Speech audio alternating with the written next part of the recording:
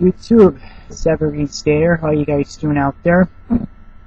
Doing alright. You know, and some of you might be watching the Super Bowl. I'm not. I personally don't care either way about the Super Bowl. I'm here watching my own things, doing my own thing here. This is actually one of the few times where I can get a quiet place because a lot of people are out watching the Super Bowl, so they're not here at school. That, and it's Sunday, so most people are not going to be here. But that said, there's some really interesting news that I heard. You know, there were 31 people in a boat going from North Korea, and they landed on Yeonpyeong Island, which is in the Yellow Sea. They crossed that Yellow Sea border to South Korea. And if any of you don't know anything about Yeonpyeong Island, November 2010, some missiles were sent to bomb that island from North Korea, and a few people were killed. Civilians. Personally, I see that as an act of war. That's an act of war. You do not go kill 2 civilians for nothing. That's an act of war. And, you know, people, you know, they say possible defection because, you know, it was a work group and not a family. The way I look at it, this is more than a defection. This is the truth coming out that Kim Jung Il is starving his country after death. And he's doing horrible things to it. And, you know, people want to leave. And, you know, I personally don't blame them for trying to get on a boat and head to South Korea.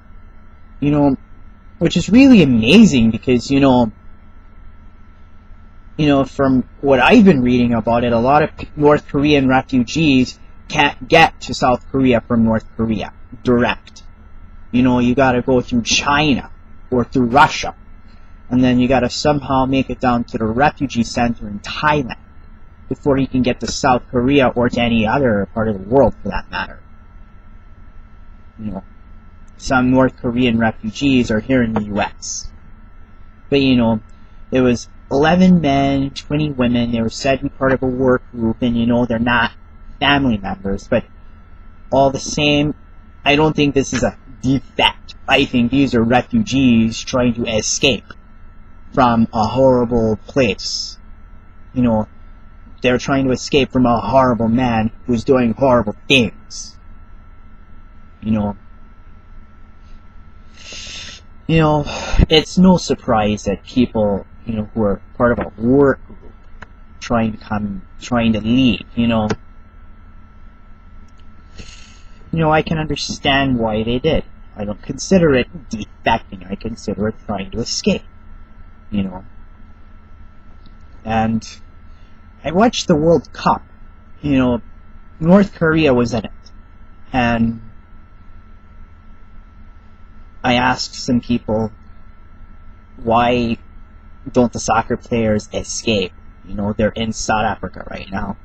You know, if they went off into one of the cities, you know, they could leave South Africa and go anywhere they want. And then I was told that if they were to try to leave, if they were to try to defect, or as I call escaping, you know, something would be done to their families. They'd hold their families hostage, they'd kill their families, they'd do all the horrible things. And it's like, oh boy. Because, you know, I'm thinking in terms, you know, if it was me, and I was living under some horrible regime, and I had the opportunity to escape, like such as being a soccer player, I'd escape. You know? I'd head out. Because personally, you know, but then I hear, you know, my family, you know, horrible things could happen. You know, I understand why that happens, you know.